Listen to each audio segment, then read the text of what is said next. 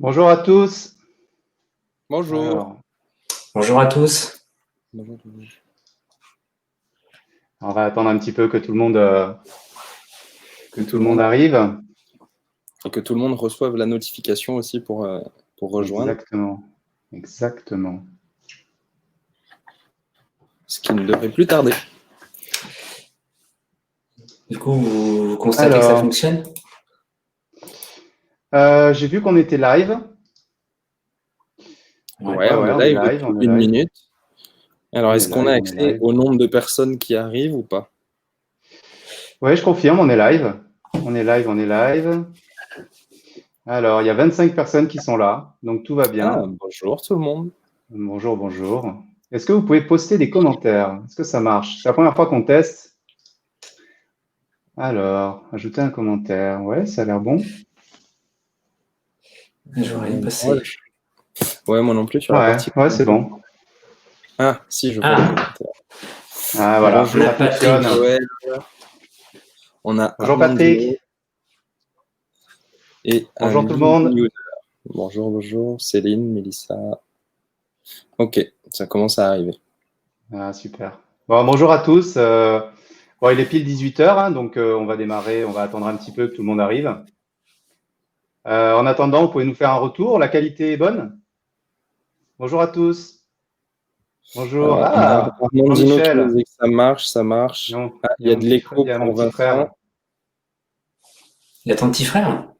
Ouais, ah oui, Jean-Michel. Eh oui. Ah oui. Eh oui.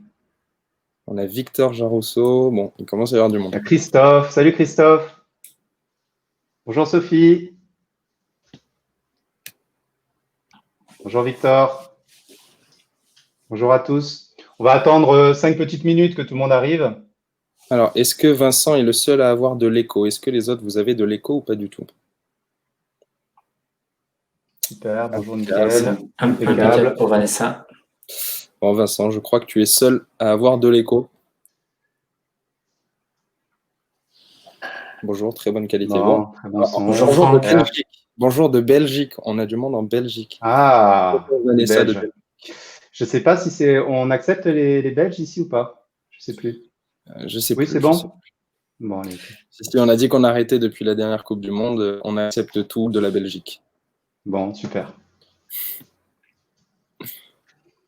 Ah, Jean-Michel, il dit non. Pas d'écho, super. Je crois qu'il y a un petit décalage entre le moment où on parle et le moment où... Bonjour Fatima. Oui, on a, je pense... Bonjour Vanessa.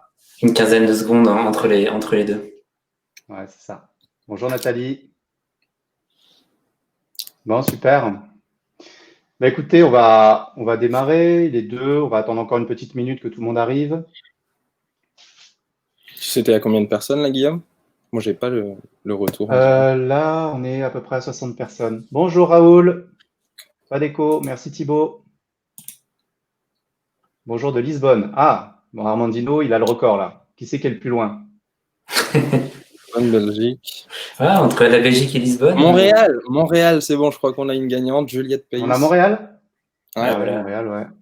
Ouais, Montréal, c'est. Pologne. Il y a René Paul aussi, lui, qui est en Côte d'Ivoire. Je ne sais pas s'il est encore là. Bon, Juliette, vous avez le record là de distance. Ouais, désolé Joseph, pas assez loin la Pologne. C'était bien tenté. Ah, quand même. Ah non, il est 2, il est numéro 2 là. Ouais. Bonjour Nicolas. Bonjour Béatrice. Bonjour. Abidjan. Bonjour à tous. Abidjan, c'est pas mal aussi. Abidjan, c'est pas mal. C'est pas mal du tout. Florestan de Paris, bon, ça fait pas si loin. Pour information, moi, je suis à René Paul. Abidjan, je suis à Arcachon et l'équipe est à Toulouse. Bonjour Fabienne. Bonjour à tous. Bon, on va démarrer, hein, un petit peu de patience. On est combien on est là? On va voir ça. Je pense qu'il y a toi qui a les outils. Ça monte. Bon, il y avait pas loin de 500 personnes qui ont confirmé. On devrait avoir à peu près 150 personnes, comme tous les webinars. Je pense, oui. Bon, c'est pas mal, il y a des monde et qui est à l'heure. Du fin fond du 77. Sénégal, Lille. Bon, pas mal. Sandra. Bonjour Sandra, ça fait un moment. Rachel. Clément en Suisse. Ah oui, là, ça progresse. Bonjour de Lille. Bonjour François. Bon, ce que je propose, on va se lancer. Il est 4. Ah, Sénégal. Pas mal. Ouais, on a plusieurs personnes du continent africain ce soir avec nous. Le lac Léman, donc la Suisse, si mes notions géographiques sont exactes. Bravo Guillaume, c'est ça. Ouais, merci. Merci Julien. Ah, on a Aline. Bonjour Aline. Dominique Lépine. Aline qui a validé d'ailleurs son cursus aujourd'hui, son financement de cursus. Ouais. Ah, super. C'est la nouvelle 5 minutes avant de commencer. Ah, bonne nouvelle. Ouais. Oise. Bon, c'est top. Bon, il est 5. Je propose de commencer. Et puis les retardataires nous rejoindront au fil de l'eau. Écoutez, aujourd'hui, on va aborder un sujet, je dirais, auquel tout acheteur est confronté au moins une fois dans sa carrière, s'il fait bien son travail. Après le premier confinement, on avait… merci Vanessa pour les 455 personnes prévues. Après le premier confinement, en fait, je ne sais pas si certains d'entre vous avaient suivi les séries qu'on avait fait gratuitement pour la communauté. On avait fait une série stratégie achat. Je ne sais pas si oui, Franck, on voit ton chat. On avait fait une première série sur la stratégie achat RSE. Il y avait une grosse attente de la part des acheteurs de trouver comment intégrer la RSE, je dirais, dès les réflexions stratégiques. Et donc, on avait lancé une série spécifique sur ce thème. Et ensuite, on a eu à peu près, à peu près 300 personnes. Et ensuite, dans la continuité de la stratégie, eh bien, on s'est dit, on pourrait faire une série sur les tableaux de bord.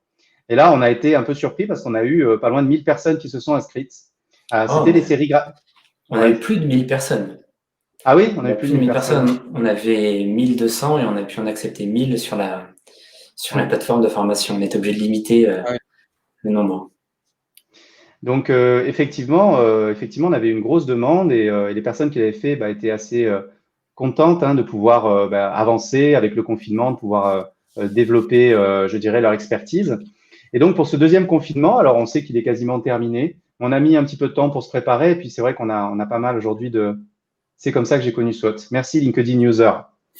Et donc voilà. Et donc on s'est dit qu'est-ce qu'on pourrait proposer à notre communauté. Et on est tombé tous d'accord sur la digitalisation des appels d'offres, comment faire un appel d'offres, quelle méthodologie, et surtout il y a quelque chose qu'on a vu dans toutes les entreprises dans lesquelles on a pu travailler, c'est que c'est cher les logiciels.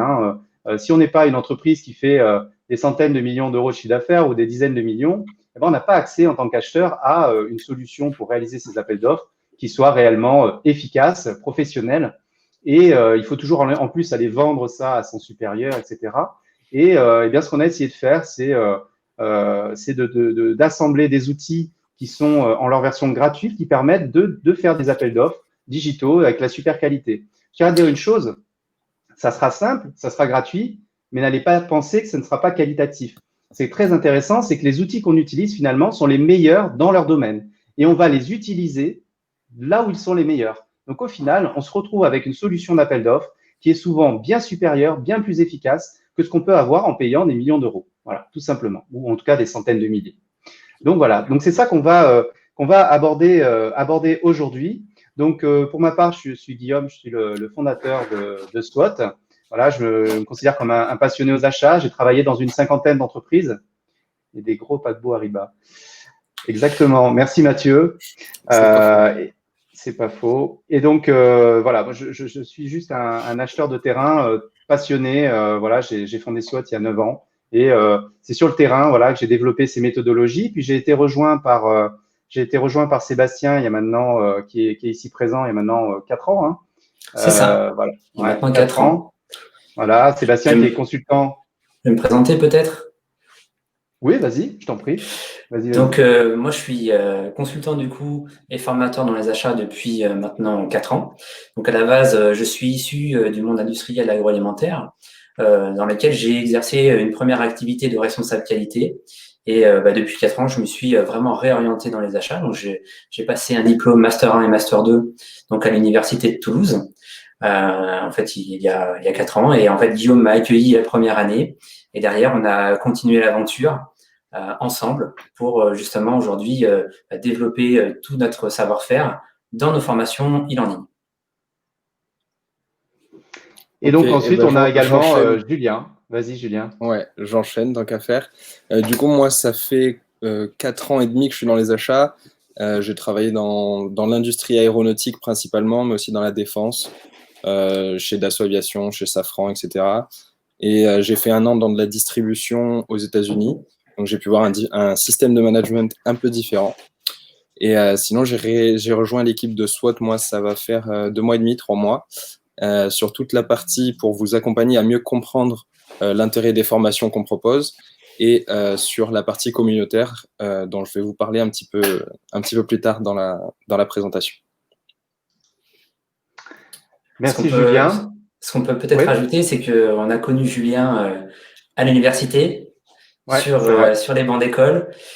Elle a été un de mes premiers élèves, moi en tout cas, l'année dernière.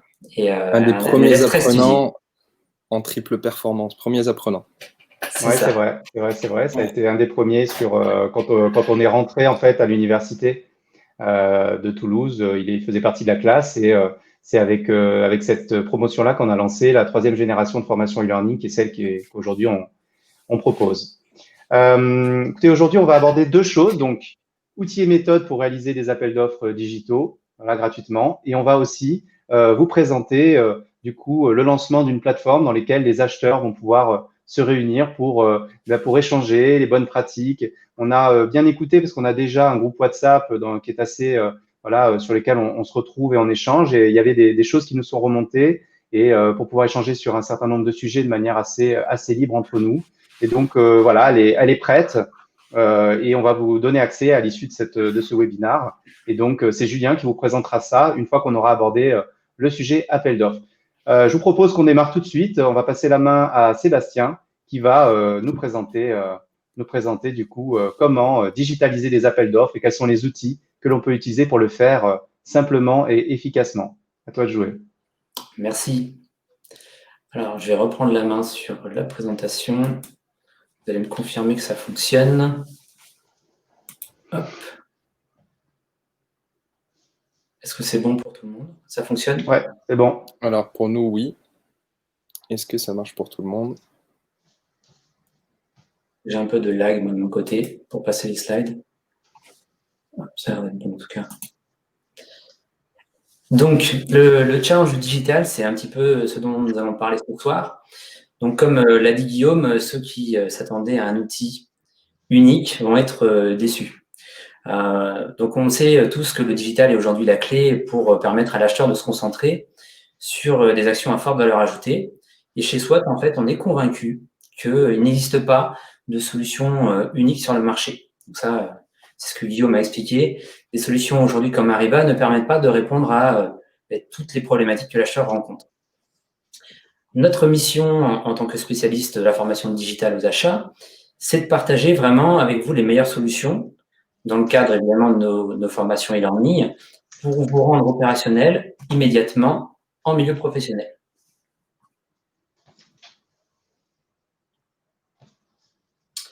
Donc la vision de SWOT, c'est que la réalisation d'un appel d'offres, c'est avant tout un projet. Et un projet qui, pour être correctement mené, doit suivre une méthodologie bien précise.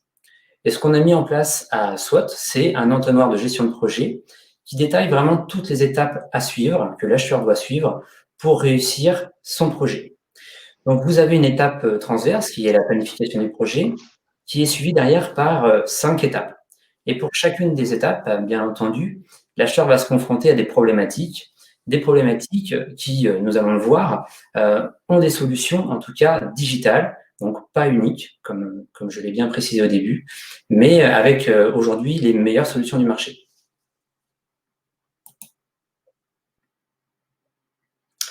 Donc la planification de projet. Donc c'est vraiment une étape indispensable dans la réalisation d'un projet. Faire un suivi précis de l'avancement des tâches, pouvoir le communiquer à l'ensemble des parties prenantes et aussi à la direction. C'est vraiment un point clé pour permettre de suivre toutes les étapes, s'assurer que tout le monde a bien compris où nous en sommes et aussi rassurer la direction en l'informant régulièrement sur l'avancement.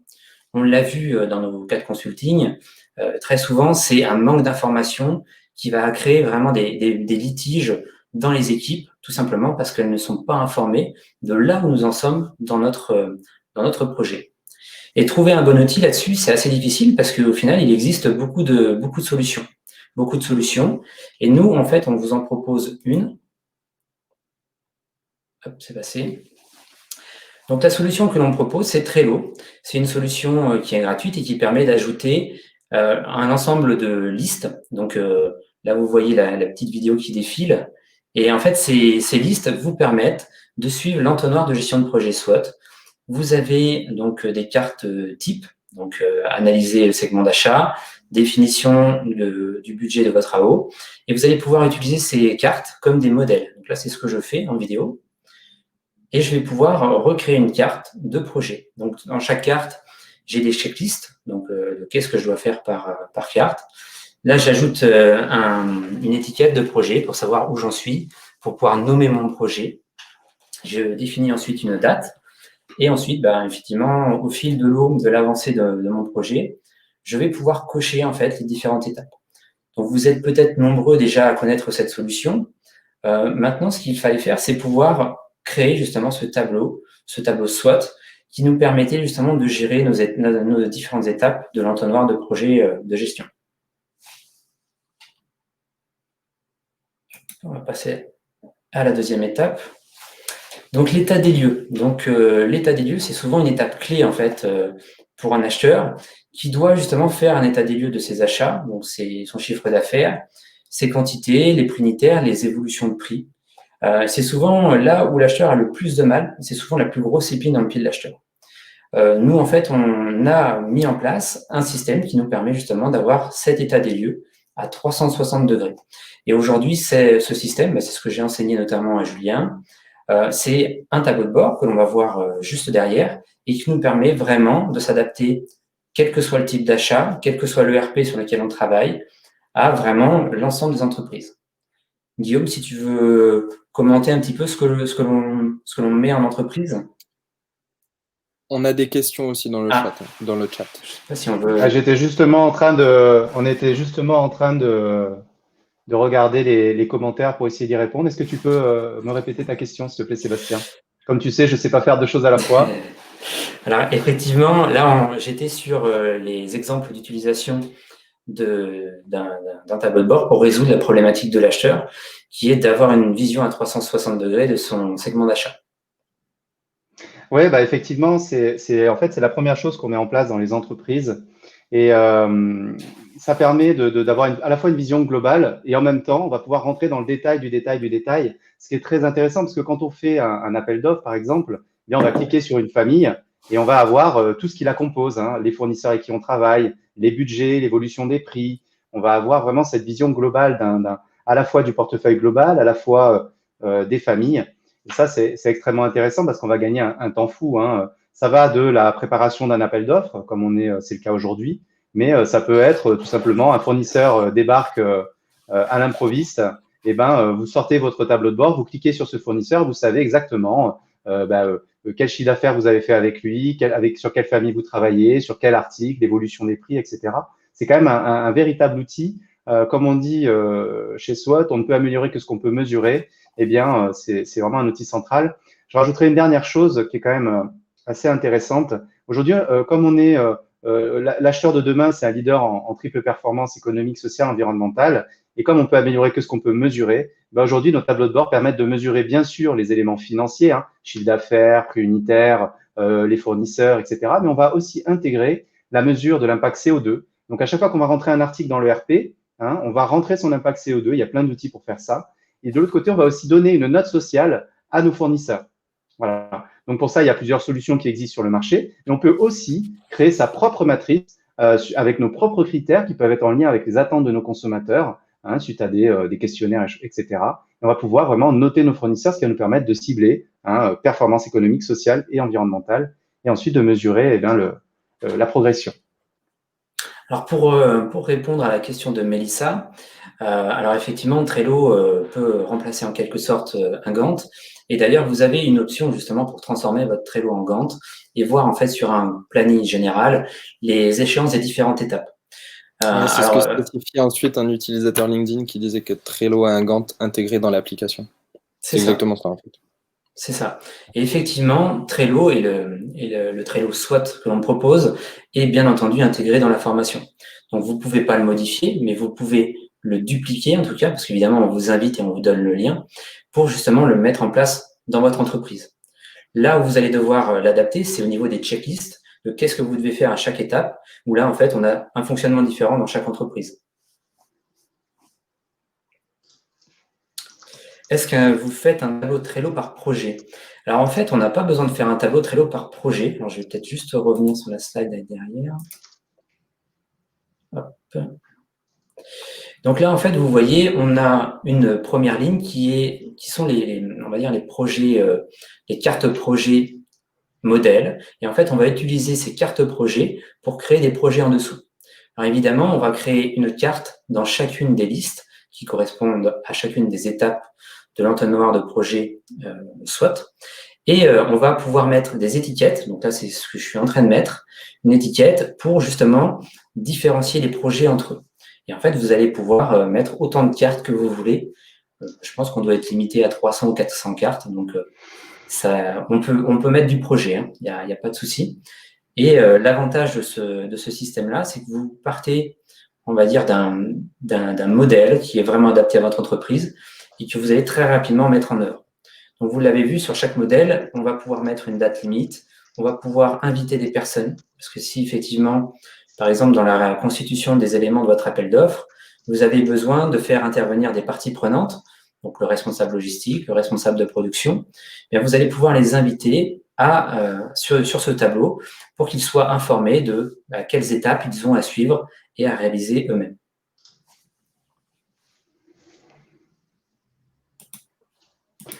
C'est une question intéressante d'Olivier là. Comment peut-on faire quand on travaille sur un ERP entreprise peu paramétré pour les achats? Je réponds, Sébastien? Oui, j'étais en train justement de regarder les différentes questions. Eh ben, je dirais qu'on commence par paramétrer l'ERP. En fait, l'ERP va être notre créateur de base de données. Donc, la première chose à faire, justement, c'est structurer les approvisionnements et d'avoir des fiches articles, des fiches fournisseurs qui sont correctement paramétrées pour que derrière, on puisse faire une extraction format Excel ou format base de données qui derrière va être récupéré par le fichier Excel de tableau de bord ou qui va être récupéré par une solution X ou Y et tout ça peut se faire de manière automatisée assez simplement. J'espère qu'on a répondu à votre question, Olivier. C'est ce qu'on va voir sur l'étape, la slide suivante. Donc là, en fait, on est sur la solution, on a vu le problème. La solution, c'est bien entendu le tableau de bord que l'on vous apprend à réaliser dans le cadre de nos formations. Ce qui est intéressant, c'est qu'on apprend vraiment une méthode pour créer un tableau de bord collaboratif. On n'est surtout pas sur une solution qui contient des macros, qui ne sera pas utilisable une fois que la personne qui l'a mis en place sera partie. On est vraiment sur quelque chose de collaboratif qui suit une méthode bien précise. L'avantage, c'est que là, vous allez retrouver, vous voyez ici, vos mesures clés. Ensuite, vous avez les mesures spécifiques dans lesquelles on va retrouver des top articles, des top familles, des top fournisseurs. Et tout ça, toute cette vision tableau de bord, vous allez pouvoir la filtrer avec les éléments que vous avez au-dessus, par année, par mois. Là, je suis en train de filtrer par fournisseur. Vous avez ici par pays, par domaine achat, par famille. Et vraiment, tout ça, vous allez pouvoir le mettre en œuvre. Et le gros avantage, comme l'a dit Guillaume, c'est que ça part d'une base de données et une base de données sous le format le plus simple possible. Et aujourd'hui, tous les ERP en place sont capables de vous faire une extraction de données sous leur format le plus simple possible. Est-ce qu'on a des questions particulières On a Florestan qui propose d'offrir des cafés au DSI, ce qui est une très bonne idée pour obtenir ce Ça que marche l'on plutôt veut. bien en Ouais, tout à général, fait. c'est vrai. Le DSI est notre ami. Alors, effectivement, on n'a pas... Alors, attendez, je reviens en arrière. Est-ce que ça fonctionne? Ok. Alors, la Là, c'est bon. confidentialité des données RGPD, c'est toujours le souci, Michael, hein. Effectivement, ce qu'on conseille, c'est de ne pas uploader sur Trello toutes les données confidentielles. Ce que l'on sait, c'est qu'en version payante, on a une protection qui est quand même assez solide. Oui, tout à fait. On peut, en fait, sur la version payante, avoir justement la main complètement sur l'ensemble des données qui seront rentrées dans le système. Et ces données seront cryptées. En fait, tout est crypté. Et ça, c'est vraiment la partie payante qui permet de le faire. En plus, évidemment, de vous ajouter des fonctionnalités qui seront bien pratiques, comme partager des pièces jointes dans les différentes étapes à réaliser. Alors, le budget pour le tableau de bord SWOT, là, aujourd'hui, on vend évidemment la version finalisée. Je crois que de mémoire, on est à 300 €. Guillaume, peut-être tu me confirmeras. Sur la formation, aujourd'hui, on est sur une formation qui est à 990 € hors taxe. Je confirme. Tu vois, j'avais pas compris la question comme ça. Je pensais qu'on parlait du tableau Trello. J'ai vu le tableau de bord. Effectivement. Alors, le tableau Trello, lui, est compris dans notre formation, en fait. Ouais, tout à fait. Donc, là, la définition du besoin. Donc là, je pense que j'ai un petit souci d'affichage. Vous m'excuserez. Donc là, cette étape, la problématique, c'est un petit peu la même que celle qu'on a eue tout à l'heure aux achats. On va devoir faire une projection de vos besoins pour pouvoir arriver à vendre vos besoins à vos futurs fournisseurs. Donc là, qu'est-ce que vous allez faire? C'est bien entendu mettre en place un tableau de bord, mais cette fois-ci du côté des ventes. Le fait de faire ce tableau de bord sur le côté des ventes, vous allez pouvoir ainsi rattacher facilement vos segments d'achat sur les ventes qui sont concernées par le sujet de votre appel d'offres. Et là, en fait, on le voit très régulièrement en entreprise, notamment dans nos cas de consulting. Dans beaucoup de cas, lorsqu'on met en place un tableau de bord tel que celui-ci dans les achats, on est très souvent contacté par le marketing, le commercial, la production et même la logistique pour leur mettre en place le même outil qui permet vraiment d'avoir une vision en quelques secondes de l'ensemble des données donc liées au métier. Donc, c'est vraiment très intéressant. Là, vous vous imaginez déjà en train de préparer un rendez-vous fournisseur. Voilà, vous cliquez sur le fournisseur, vous voulez voir tout ce qu'il vous livre sur telle unité de production. Vous cliquez, vous la filtrez et vous avez toutes les données. Vous avez les évolutions de prix, vous avez tout. C'est vraiment un outil complet.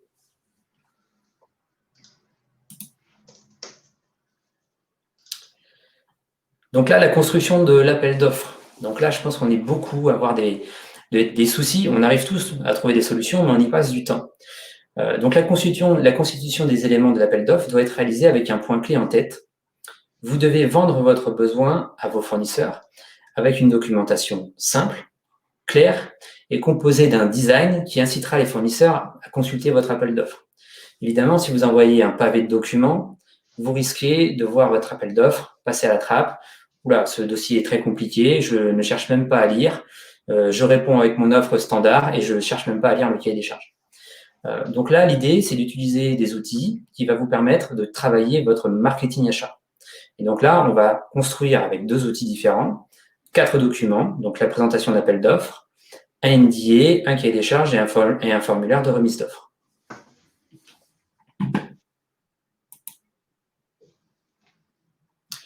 Donc la première solution que l'on propose, c'est la solution Canva. Donc beaucoup d'étudiants aujourd'hui utilisent cette solution.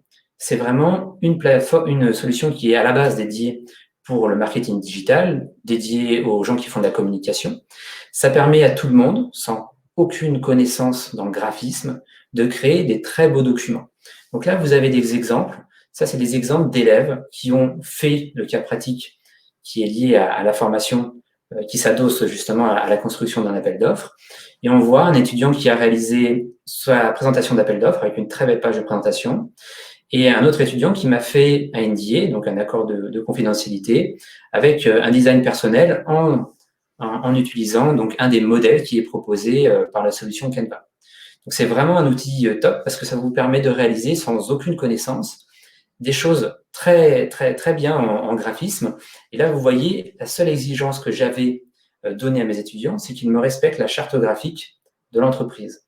La charte graphique, c'était une police et évidemment le logo de l'entreprise Vinolo, qui est une entreprise fictive que l'on a créée pour notre cas pratique et qui a donc une couleur bien précise que je voulais qu'ils me respectent dans l'ensemble de mon document. Donc là, c'est vraiment ce qu'ils ont mis en place. Et là, évidemment, ça vous donne tout de suite envie d'aller consulter ce type de document. Donc là, juste pour répondre, il y avait une question de Franck Babylon qui demande s'il y a un lien entre les deux tableaux de bord. Il faut savoir que sur le fichier Excel, il y a un seul tableau de bord. C'est ça vraiment l'intérêt, c'est que c'est un tableau de bord dans lequel on va regrouper toutes les données. Vous allez avoir les informations sur vos fournisseurs, sur vos familles, sur l'évolution des prix. Vous allez avoir en fait toutes les informations que vous pouvez extraire de la base de données qui vont être synthétisées de manière graphique et organisée pour rendre la tâche beaucoup plus simple. Et donc, vous allez tout avoir dans un même tableau pour pouvoir tout gérer en même temps. Alors, effectivement, Franck, on peut tout à fait rassembler les achats et les ventes. Alors, évidemment, ça nécessite de faire un travail pour constituer la base de données, mais on peut effectivement rattacher les deux. Maintenant, pour on va dire commencer, il vaut mieux créer un tableau de bord vente et un tableau de bord achat dans un premier temps. C'est bien de pouvoir se faire la main justement sur justement deux outils séparés qui seront utilisés par deux types de personnes et qui auront sûrement deux finalités. Parce qu'évidemment, sur un tableau de bord, vous allez pouvoir insérer des objectifs de votre service et les objectifs des achats ne seront pas forcément les mêmes des objectifs commerciaux. Donc ça peut être intéressant de commencer tranquillement avec vraiment un tableau de bord pour chaque service. Je rajouterais un point, en fonction de l'activité de l'entreprise, ça change un petit peu. C'est-à-dire que sur une activité industrielle de transformation, on achète par exemple des emballages et des matières premières pour faire un produit dans l'agroalimentaire, par exemple, un plat cuisiné.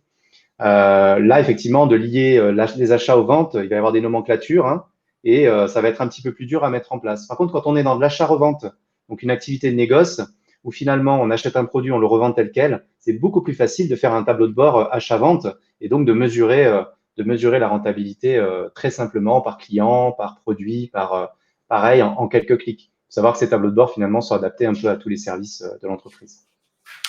Alors je regardais les questions, je voyais la question plutôt l'exclamation de Maxime Branco qui me disait un tableau de bord gratuit à 300 €. Alors effectivement, là, c'est la solution qui permet de construire ce tableau de bord qui est aujourd'hui en place dans toutes les entreprises. Alors évidemment, vous, je crois que vous êtes en recherche d'emploi, vous êtes d'ailleurs à la chance de faire partie de nos apprenants. Effectivement, on vend le tableau finalisé, en tout cas à 300 €. Mais la solution Excel, évidemment, on ne la vend pas. Comme d'ailleurs aucune des solutions, on n'a aucun lien d'affiliation sur Canva, sur Trello ou quelque outil que ce soit. On est là vraiment pour partager les outils avec lesquels on travaille au quotidien. Et comment on les utilise. Et comment on les utilise, effectivement. Je précise que vous aurez accès à cette plaquette à la fin de ce webinaire. Vous aurez accès à tout. Alors, je finis sur l'utilisation de Canva. Vous comprenez sûrement pas pourquoi on a le CV de Léa Philibert affiché. Alors, c'est très simple. Canva est un outil aussi très utile pour toutes les personnes qui sont en recherche d'emploi, qui cherchent à changer de métier, parce que dans cette solution-là, vous avez tout un ensemble de CV qui sont déjà pré-programmés, où les designs sont déjà faits, et que vous allez pouvoir facilement utiliser.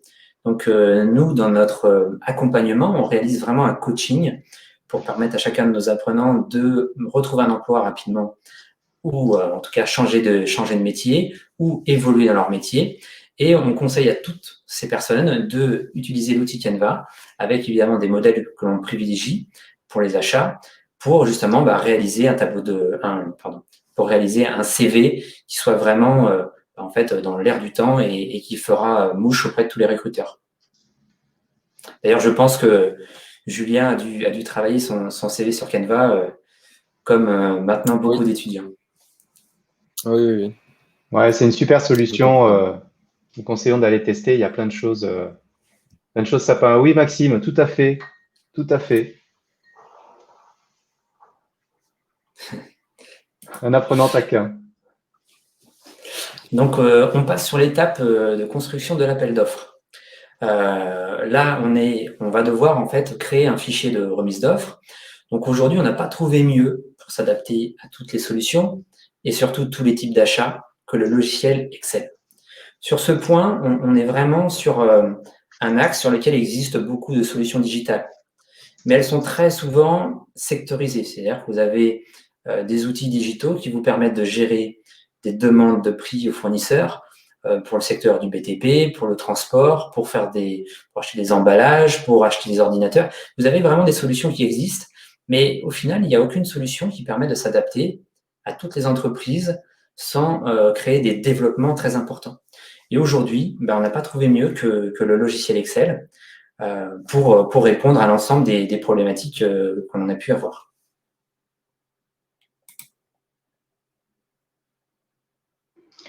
Ouais, c'est vrai qu'Excel, c'est quand même un outil aujourd'hui qui nous permet de faire ce que l'on veut. C'est-à-dire qu'il y a vraiment une base standardisée et ensuite on va pouvoir très facilement se caler en fonction des thèmes sur lesquels on va travailler. Voilà, aujourd'hui sur le fichier Excel qu'on a créé, qui est le fruit de pas mal d'années de travail, notamment de Sébastien. Aujourd'hui, on s'adapte à tous les secteurs d'activité. On n'a pas encore trouvé de limite et de type d'achat, à l'exception des transports. Voilà. Transport, on a un tableau de bord spécial, parce que là, ça devient avec toutes les lignes, les flux, etc. C'est un peu particulier, mais on peut faire avec Excel quand même un outil qui s'adapte à quasiment toutes les situations. Oui, tout à fait. Disons que l'avantage d'Excel, c'est que vous allez pouvoir, on va dire, satisfaire un peu vos fournisseurs, parce qu'on ne va pas se cacher, aujourd'hui, avec toutes les solutions en ligne de remise d'offres, certains fournisseurs, dans certains secteurs, on l'a vu dans le transport, ils en ont tout simplement ras-le-bol. Ils en ont marre. Ils en ont marre de devoir remplir et de devoir s'inscrire sur 50 plateformes pour envoyer leurs offres. Et souvent, ils essayent de passer à côté de l'ensemble des solutions qui ont été prévues par les acheteurs en envoyant directement leur offre. L'avantage sur Excel, c'est que c'est flexible. Tous les fournisseurs ont cette solution-là et seront capables d'ajouter en tout cas leurs offres dans votre format de remise d'offres.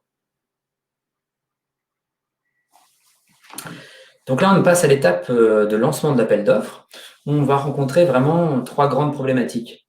La première problématique, c'est comment je vais faire pour envoyer un mail professionnel, engageant et à de nombreux fournisseurs.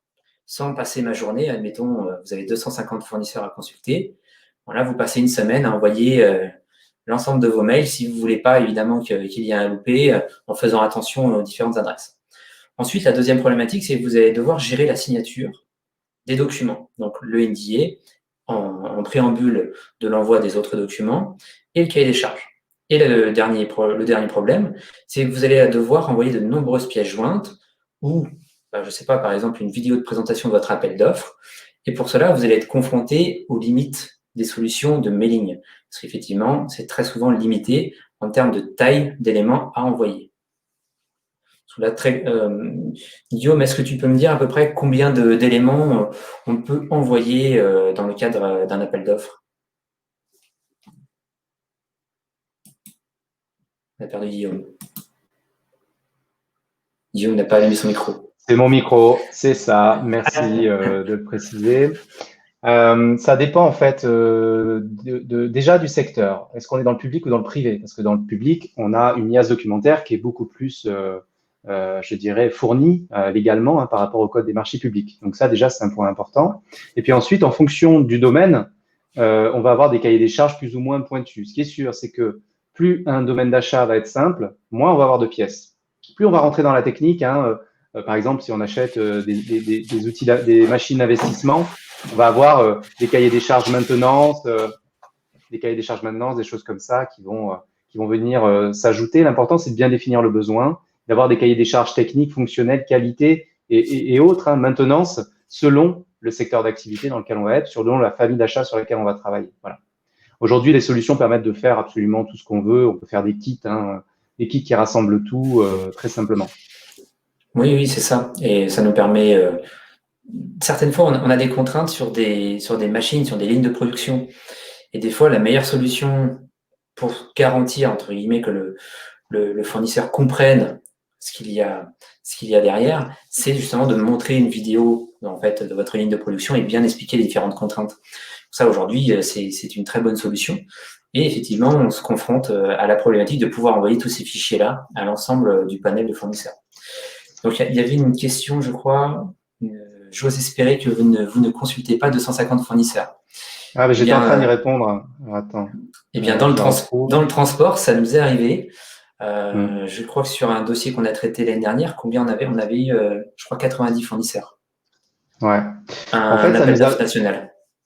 C'est intéressant parce que ça permet, en fait, là où c'est compliqué, hein, 250 fournisseurs au secours, bah, comme on automatise tout et comme on simplifie tout, on va pouvoir finalement consulter des fournisseurs plus petits qui n'auraient pas pu bénéficier de justement d'être consultés. Et c'est assez intéressant parce qu'on va pouvoir vraiment s'adresser à des PME qui souhaitent se développer sur des zones hein, géographiques qui peuvent être très bons, très compétitifs, très bons, et ça va dans le bon sens. Voilà.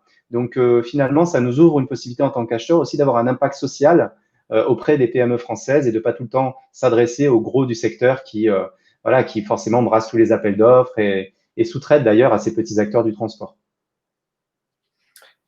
Combien de lignes? Oh, on a eu beaucoup de lignes. C'est qui là? Est-ce qu'on n'aurait pas un troll? Je sais pas. On avait, en fait, on avait plusieurs points de départ. Pour le coup, on avait une vingtaine de points de départ répartis sur toute la France. Donc, effectivement, on avait derrière à consulter énormément d'acteurs sur le marché. Donc, pour revenir sur les solutions pour signer électroniquement un document, numéro 1 dans le monde, DocuSign. La solution pour envoyer des documents volumineux, WeTransfer. Donc, j'ai vu dans les commentaires qu'une personne nous conseillait une solution française, From Smash. Donc, effectivement, il existe plusieurs solutions. On en a une deuxième là, qui vient d'arriver, fr.mailjet.com. On a essayé Sendinblue aussi. Il y en a plein. Hein. Nous, on a choisi celle-là, on en a testé quelques-unes. Après, vous êtes libre de alors aujourd'hui, voilà, nous, on a un compte pro évidemment sur cette solution-là, ce qui nous permet d'avoir des téléchargements qui sont à vie, entre guillemets, tant qu'on ne l'annule pas. Donc, on n'est pas limité par la solution je crois que c'est 7 jours ou 14 jours d'activité du lien. Et enfin, le dernier outil, c'est la plateforme leader dans la création de mailing professionnel, c'est Mailchimp. Donc, on va revoir en détail, en fait, chacun des outils. Donc, DocuSign, c'est fait vraiment pour digitaliser la signature de vos documents, pour vous permettre à vos fournisseurs de signer vos NDA, vos cahiers des charges et les contrats en quelques clics sur ordinateur ou mobile. Donc, DocuSign a été vraiment pionnier dans la signature électronique et ils aident aujourd'hui les organisations à connecter et automatiser la façon dont elles préparent, signent, exécutent et génèrent leurs accords. Donc, DocuSign, il propose une solution qui s'appelle Agreement Cloud, qui vraiment, c'est un ensemble de solutions. Nous, la solution qu'on utilise dans cet ensemble de solutions, c'est vraiment la solution pour signer électroniquement nos documents. D'ailleurs, l'intégralité des étudiants signent un NDA avec nous avant qu'on commence nos cours. Donc, ouais, ça fait partie de... Julien a dû signer son NDA avant de commencer nos cours et avant aussi de rentrer chez soi. J'avais signé un NDA avant de commencer les cours qui me disait que je ne dois pas parler des formations. Aujourd'hui, je parle plutôt beaucoup des formations et un peu tous les jours. Alors, c'est un point intéressant parce que comme en fait, on se sert, notre ADN, c'est vraiment d'être dans des enseignements pratiques, on se sert de nos cas réels qu'on adapte hein, en maintenant une totale confidentialité. Mais bon, parfois, il y a voilà, des parallèles qui peuvent être faits. Donc, on fait signer des NDA à tous nos étudiants et ça rentre dans la démarche pédagogique. Blague à part, quand même, j'ai reçu plusieurs appels de DocuSign où ils me disaient mais comment ça se fait, vous signez trop de contrats, etc., etc., etc. C'était assez drôle. Ils nous ont demandé d'augmenter. Pour le coup, on est passé en version payante tellement on avait de NDA signés à un moment donné, quoi. Ah oui, et puis moi, pour la petite histoire, donc j'ai fait le cours sur la digitalisation des appels d'offres au Master 2 cette année. Donc j'ai fait ça en octobre. Et en fait, évidemment, j'ai fait tester la solution à l'ensemble de mes masters. Donc la classe, c'est une classe, cette année, ils sont 43. Et en fait, j'ai eu un appel de DocuSign derrière en me disant, mais je comprends pas, d'un coup, vous avez créé je ne sais pas combien d'utilisateurs. Et je leur ai dit, mais ne vous inquiétez pas, en fait, je diffuse votre solution au plus grand nombre, justement, pour c'est des futurs acheteurs qui auront, bien entendu, besoin d'avoir une solution sécurisée et applicable juridiquement. Hein. C'est très important. C'est que derrière, évidemment, elle a une validité juridique, cette signature, auprès des tribunaux. Mais bon, on va pas trop leur faire de pub quand même là. Hein. Ensuite, la solution WeTransfer, donc certains connaissent, hein, c'est pour envoyer des mails volumineux, parce qu'évidemment, on se confronte très rapidement quand on envoie un appel d'offres aux limites de taille imposées par les fournisseurs ou des fichiers impossibles à envoyer. Donc WeTransfer est vraiment un service qui permet d'envoyer des fichiers par email en créant des liens de téléchargement. Donc nous, on n'utilise pas la solution, on va dire dans la manière basique, parce que dans la manière basique, vous allez mettre vos documents sur WeTransfer et vous allez envoyer un lien WeTransfer. Votre fournisseur reçoit ainsi en fait un lien de WeTransfer et pas de vous. Nous, ce que l'on fait, on crée un lien. Donc en fait, on a une des options. Vous le voyez ici, quand vous êtes sur la page, vous pouvez cliquer sur les 3 petits points et vous allez pouvoir demander à WeTransfer vous créer un lien. Et ce lien, on l'intègre dans le mail de diffusion, de présentation de l'appel d'offres. Ce qui permet en fait à vos fournisseurs de rester dans un environnement, enfin dire de votre société, sans leur faire peur. Parce qu'on a vu, notamment dans le transport, certains fournisseurs qui nous ont dit « Voilà, c'est quoi ça, WeTransfer? Est-ce que ça va m'emmener un virus ?» Effectivement, on a dû les rassurer « Non, non, vous inquiétez pas. » Donc maintenant, on passe avec cette solution et la génération d'un lien. C'est très, très pratique et vous pouvez l'utiliser même à titre personnel pour envoyer des photos ou des vidéos à vos amis. La dernière solution, donc là, c'est Mailchimp. Donc ça, c'est une solution qui, à la base, a été développée par les services de marketing et de communication pour pouvoir envoyer des mailings de publicité. Donc là, vous en recevez tous dans votre boîte mail, surtout que on a eu la Black Friday qui a été annulée, qui reprend, enfin, on ne sait plus trop. Donc, vous avez tous reçu des mails promotionnels dans vos boîtes mail. C'est généré par ces outils qui permettent d'envoyer à une multitude de mails, des mails vraiment professionnels et engageants. C'est vraiment là où, en fait, on a une force avec Mailchimp, c'est que les mails sont parfaitement adaptés pour toutes les solutions de gestion de mails pour ordinateur ou mobile. Donc là, en fait, quel que soit l'outil que vous avez, Mac, PC, vous savez que vous avez un mail qui sera toujours adapté à l'ensemble des solutions et en plus très engageant. Là, vous voyez ici sur le mail, on a même ajouté des boutons sur lesquels on a évidemment mis le lien WeTransfer. Donc là, votre fournisseur reste dans votre environnement, reste dans votre charte graphique et peut télécharger le pack documentaire ici. Donc ça, c'est vraiment très facile à faire parce que ça se comporte un petit peu comme un jeu de Lego. Vous avez sur la droite en fait des briques et vous ajoutez des briques, une brique texte, une brique image, une brique bouton d'action et vous construisez comme ça très facilement et très rapidement un superbe mail vraiment très professionnel. Je précise une chose, c'est que derrière, une fois que vous allez l'envoyer, imaginons à 10, 30, il n'y a pas vraiment de limite hein, sur le nombre de fournisseurs, et bien vous allez savoir qui a ouvert le mail et qui a cliqué.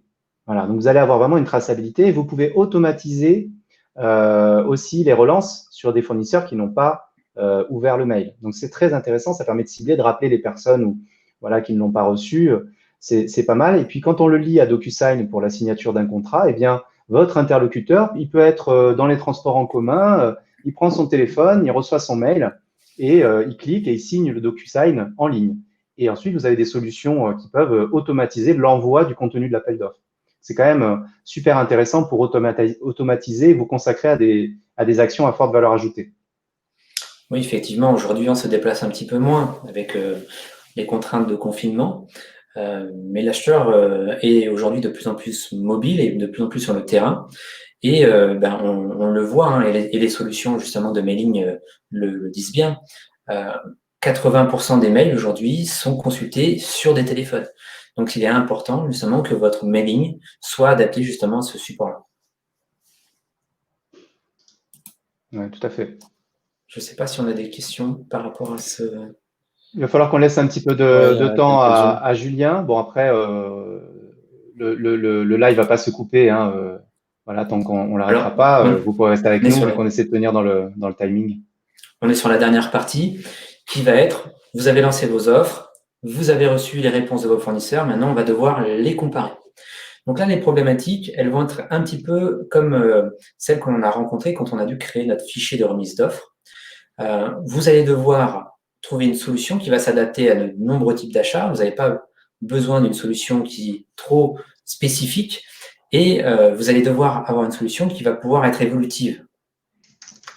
Et c'est en ça où aujourd'hui les solutions en place sont un peu restrictives parce que si vous avez besoin d'une solution, vous avez besoin de passer par une demande de modification de l'outil qui est souvent très coûteuse. Donc là, nous, ce que l'on vous propose, c'est, encore une fois, un fichier sur Excel qui est un fichier de comparaison des offres. Donc un fichier de comparaison des offres qui s'adapte à toutes les utilisations, qui permet de travailler les retours des fournisseurs sur plusieurs phases de négociation, qui vous permet d'avoir une vision globale par phase de négociation de la situation la plus avantageuse pour votre entreprise. Elle vous permet également de définir une stratégie de répartition de marché à court et à long terme.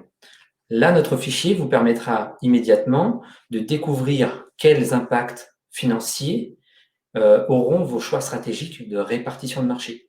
Là, on est sur la vue globale, donc par ronde, c'est les meilleurs résultats possibles pour vos entreprises.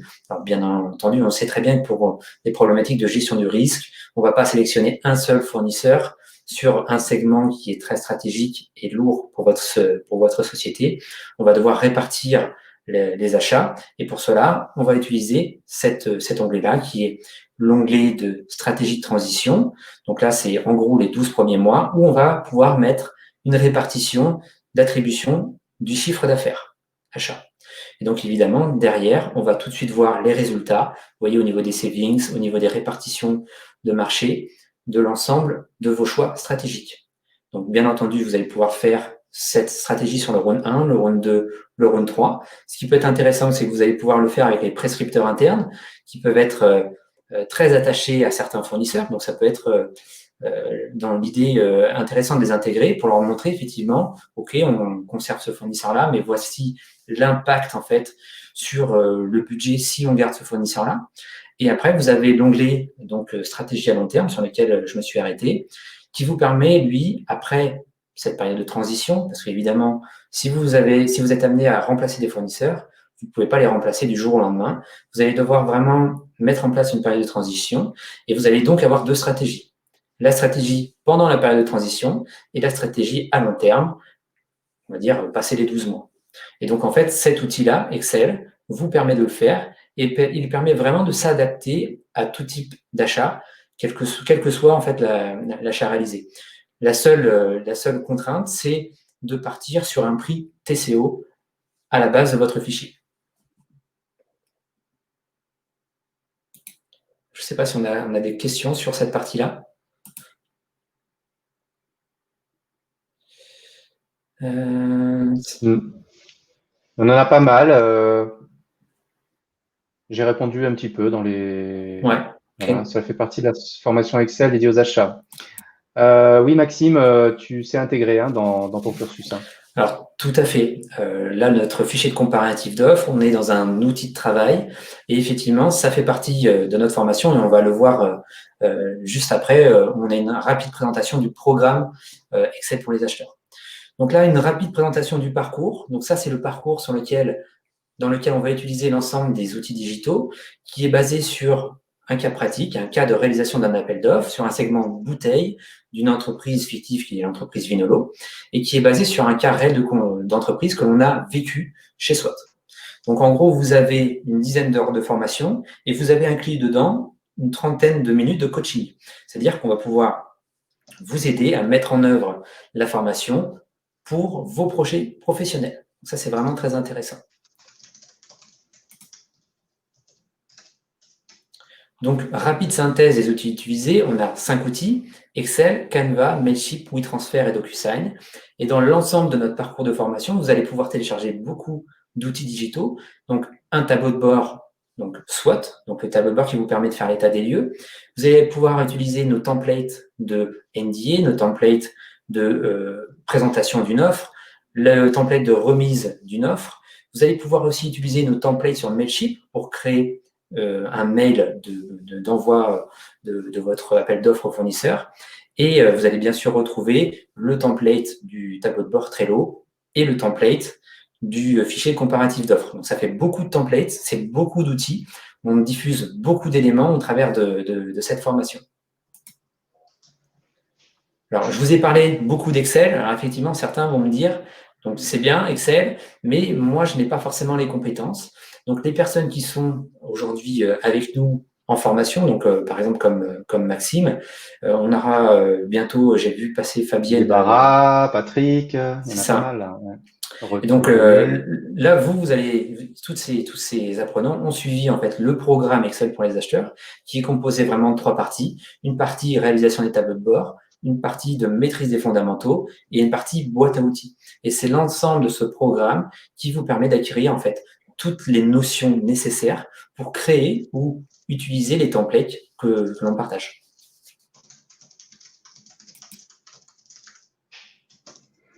On a une question intéressante. Je trouve. Voilà, ici. Dans le cadre d'un achat CAPEX, il faut donc le coût total pour l'analyse des offres, pas de possibilité de travailler une décomposition des coûts.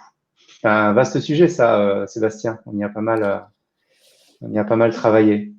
Alors, et effectivement, là, en fait, on demande vraiment de travailler sur un TCO. Parce qu'on a besoin de comparer ce qui est comparable.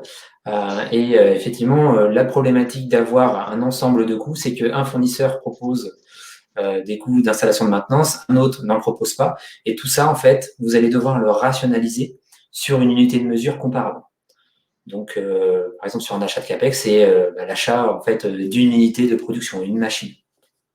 Une machine, dans son global, ça comprend évidemment tous les coûts du TCO. Et en fait, c'est une unité. Et vous allez comparer les achats de une unité. Ouais, on est obligé de faire ça, Mathieu. On a croisé. Si on veut avoir une solution, donc en fait, on fait vraiment la décomposition à part. On va intégrer le check final. Alors, on peut le faire pour chaque module, hein. Mais si on veut faire le global, on fait la vision globale. Voilà. C'est important de le préciser. En fait, c'est un petit peu une façon différente d'aborder le problème. C'est de se dire, est-ce que je peux pas comparer mes fournisseurs, comment je peux faire pour comparer mes fournisseurs le plus simple possible? Le marketing, on est d'accord. Ils sont jamais en TCO, ouais, tout à fait. Ouais, le marketing. Ils nous appellent. Bon, on va pas trop leur taper sur les doigts, mais on les connaît quand même. C'est vrai que souvent, on a tendance à pas réfléchir en TCO au marketing. Mais il y en a certains qui se forment aux achats. On en voit de plus en plus. C'est vraiment important. On a eu la question d'une personne qui a acheté le tableau et qui nous a dit, mais en fait, moi, j'ai des achats avec évidemment des tranches de prix. On lui a dit, oui, effectivement, le problème, c'est comment vous allez pouvoir comparer les fournisseurs entre eux qui ont tous des tranches de prix différentes. Et surtout, ce qu'il ne faut pas oublier, c'est quel est le réel besoin de votre entreprise. Est-ce que votre entreprise a réellement un besoin d'avoir 50 tranches de prix? Au final, quand on a besoin d'intégrer ce type d'élément dans une offre, c'est très souvent parce qu'on ne sait pas en fait bien maîtriser notre besoin. Et il faut savoir que dans une entreprise, en fonction des personnes qui vont réaliser les achats, vous allez avoir des tranches de prix qui seront plus ou moins privilégiées. Alors évidemment, la tranche de prix minimum sera privilégiée par des personnes de logistique qui, eux, veulent voir le moins de stock possible dans leur rayon. On va avoir un acheteur qui va privilégier la tranche de prix la plus haute parce qu'évidemment, c'est celle où il va faire potentiellement le maximum de gains.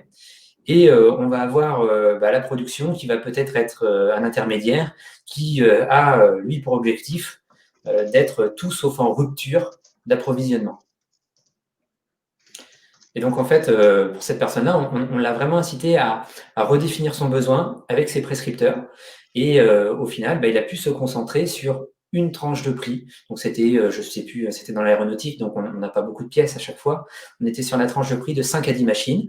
Et ça a pu permettre de donner une cible aussi aux différents fournisseurs qui ont pu se concentrer leur offre sur cette tranche-là.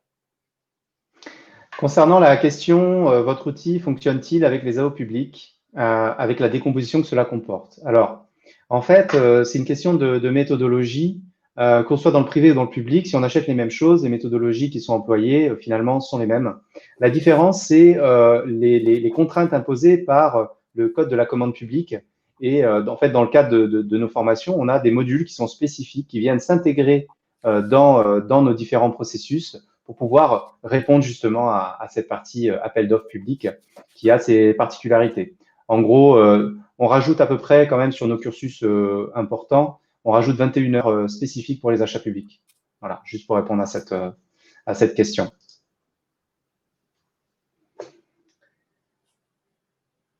Pour ceux qui souhaitent aller plus loin, on vous propose d'accéder à notre parcours e-learning step by step. Donc, vous l'aurez dans la présentation. Ce qu'on fait, c'est qu'on va vous faire une réduction de quand même 800 € avec le code triple performance.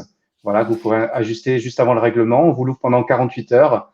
Et la contrepartie de faire cet effort de notre côté, eh bien, c'est de vous la laisser ouverte que pendant 1 mois. Donc, tu me rappelles la durée, Sébastien, du cursus, du parcours? On est sur 10 heures, vraiment en 2 parties. Une première partie, on va voir l'ensemble des outils digitaux et une deuxième partie où on sera vraiment dans le cas pratique avec toutes les offres des fournisseurs que l'on va devoir insérer dans notre outil de comparaison des offres.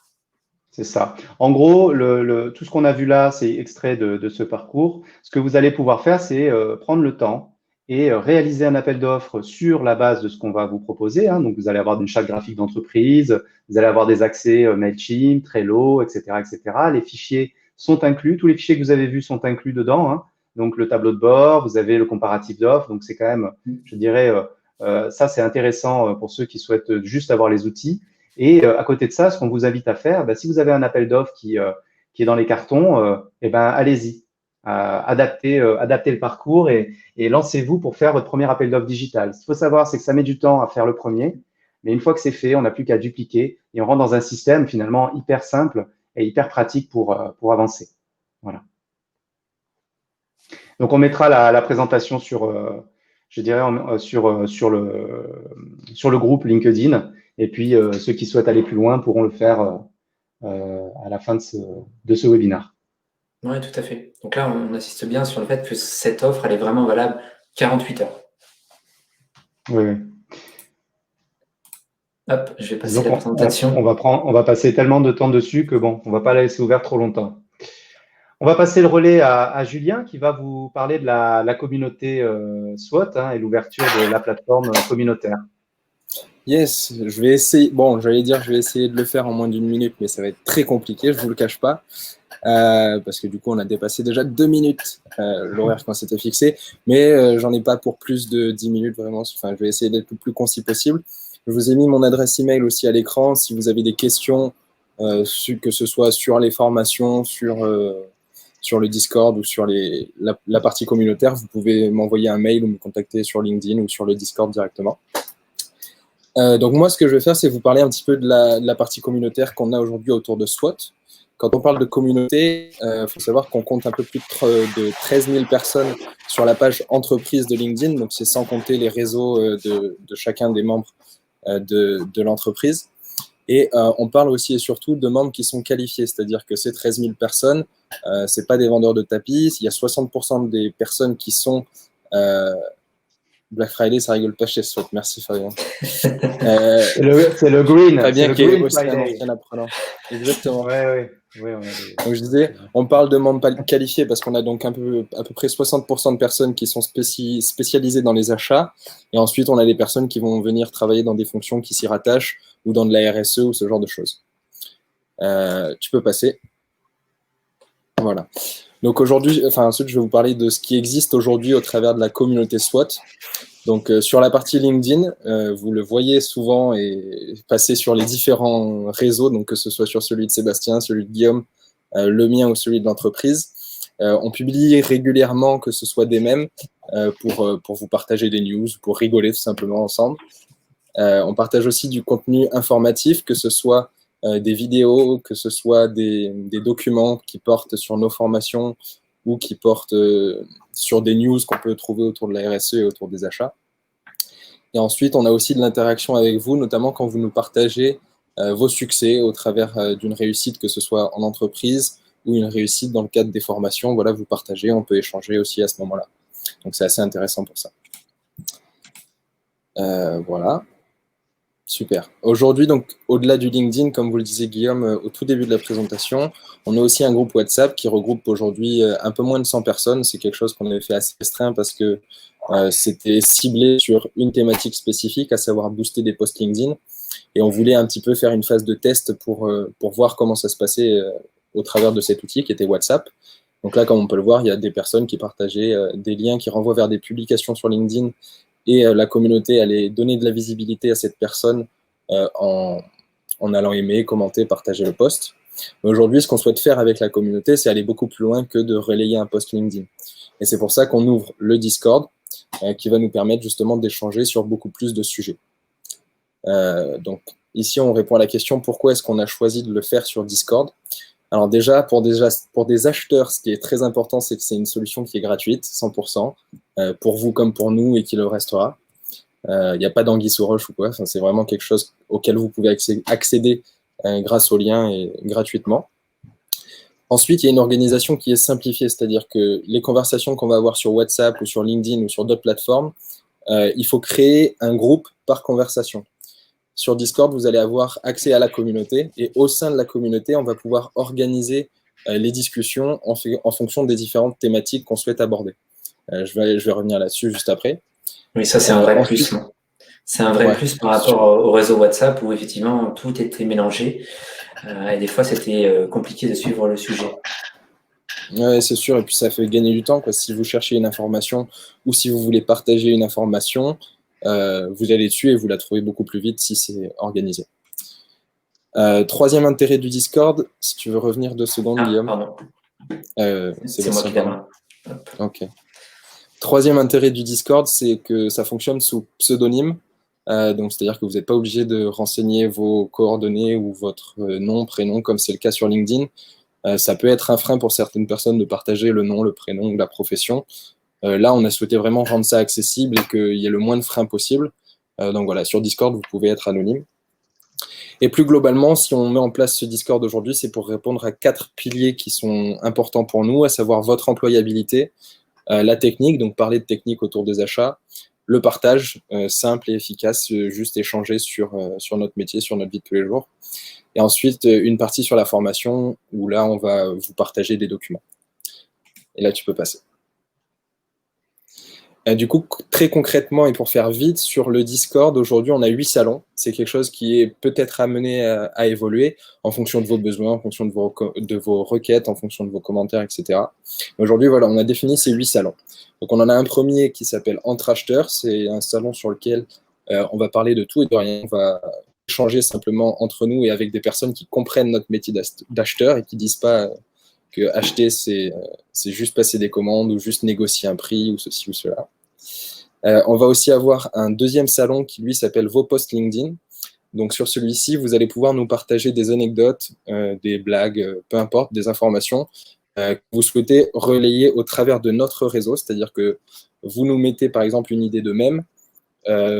Les mèmes, pour rappel, c'est les images qu'on a vues tout à l'heure. Vous nous partagez une idée et nous, on va la publier sur nos réseaux et on va vous mettre en tant qu'auteur de cette publication. Et donc, ça va accroître votre visibilité au travers du réseau SWOT. Le troisième, c'est le Boost LinkedIn. Donc là, je ne vais pas aller dans le détail. C'est ce que je vous ai expliqué tout à l'heure sur le WhatsApp, exactement pareil, sauf plus organisé du coup. Ensuite, ça a été beaucoup demandé sur WhatsApp et au travers des différentes plateformes, c'est d'avoir un salon recherche de fournisseurs. Parce qu'aujourd'hui, on est très souvent amené à faire des benchmarks, à trouver des fournisseurs en France, en Europe, peu importe, ou dans le monde, mais on ne sait pas forcément où aller. Et aujourd'hui, sur une communauté de 13 000 personnes et une communauté grandissante, on a la chance de pouvoir répondre à pas mal de secteurs d'activité. Et donc, si vous recherchez un fournisseur et que vous allez le demander à la communauté SWOT, il y a de fortes chances pour qu'il y ait quelqu'un d'autre qui a eu un fournisseur dans ce domaine et qui pourra vous répondre et partager son expérience avec vous sur ce fournisseur. 5e et 6e salon portent sur l'employabilité. Très simple, très efficace. Vous allez pouvoir, nous déjà sur le salon des offres d'emploi, on va publier dès qu'on le pourra des offres d'emploi dans le domaine des achats. Comme on le fait déjà sur WhatsApp. Hein. Exactement, exact. Donc on va partager des offres d'emploi. Vous aussi, dès que vous en verrez, dès que vous en trouverez qui vous semblent pertinentes pour la communauté de SWOT, vous pouvez, ce serait vraiment bien si vous pouvez aussi partager des offres d'emploi. Et ensuite, on a bien sûr toute la partie où les personnes vont pouvoir poster des demandes d'emploi. Donc si vous êtes en recherche active, vous allez pouvoir faire votre demande d'emploi sur ce salon. Et ce qui est intéressant, comme je le disais tout à l'heure, c'est que sur ce salon Discord, vous allez viser 100% de personnes qui sont dans les achats.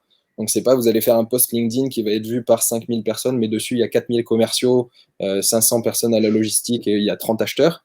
Là, vous allez parler à des acheteurs pour avoir une offre dans les achats. Et enfin, l'avant-dernier salon, parce que le 8e est caché par le bandeau, l'avant-dernier salon, c'est RSE aux achats. Dans ce salon, j'ai déjà commencé à vous partager quelques news, des documents, des articles qui parlent de RSE et qui parlent donc du cœur de la communauté achat RSE de SWOT. Hein. C'est vraiment quelque chose qui est central pour nous, la RSE. Et donc, on a fait un salon qui y est dédié et sur lequel vous allez aussi pouvoir échanger si vous avez des questions pour mettre en place une action en lien avec la RSE dans votre entreprise.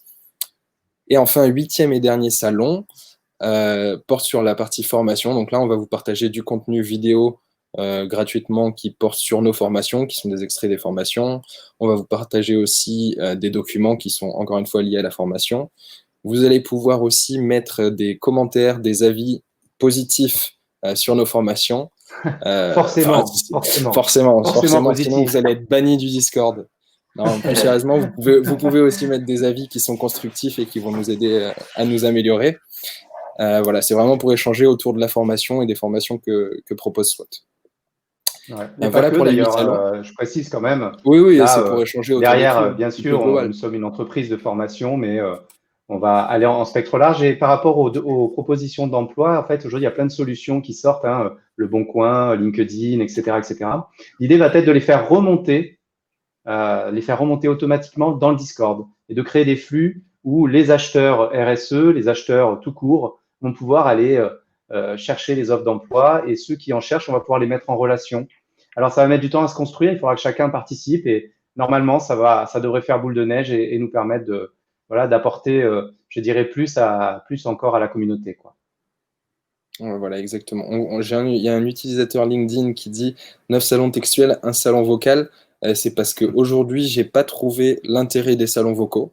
Alors, ça viendra peut-être en fonction de vos demandes, en fonction de vos remarques. Voilà, donc j'en ai mis un pour pouvoir échanger de cette manière si on le souhaite. Mais voilà, c'est comme je disais, aujourd'hui, on a lancé la plateforme. Vous êtes déjà une cinquantaine, il me semble, dessus à avoir eu accès un peu en avance de phase. Mais voilà, elle est vouée à évoluer en fonction des besoins et des requêtes de chacun. Enfin, et des besoins globaux plutôt de la communauté. Tout à fait. Donc, comment on y accède? J'ai vu que Guillaume a partagé le lien dans la discussion. Et depuis tout à l'heure, je reçois quelques notifications sur mon téléphone qui me disent que vous êtes déjà en train de vous inscrire sur le Discord. Donc, ça me fait plaisir. Donc, vous téléchargez l'application sur iOS ou sous Android. C'est aussi accessible sur Mac, sur PC, peu importe. Il y a accès de partout à Discord. Vous vous inscrivez gratuitement. Vous rejoignez la communauté des achats RSE, toujours au travers du lien. Et c'est tout, en fait. Donc, vous aurez accès à ces 8 salons de partage. Et ça, c'est disponible dès maintenant.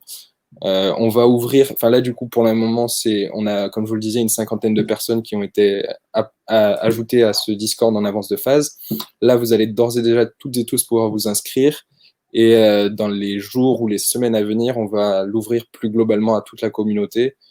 Sur LinkedIn et sur tous les réseaux, on va faire un peu de communication là-dessus pour justement faire grossir le nombre d'utilisateurs et donc la pertinence de cet outil. En tout cas, voilà, j'espère que ça va vous...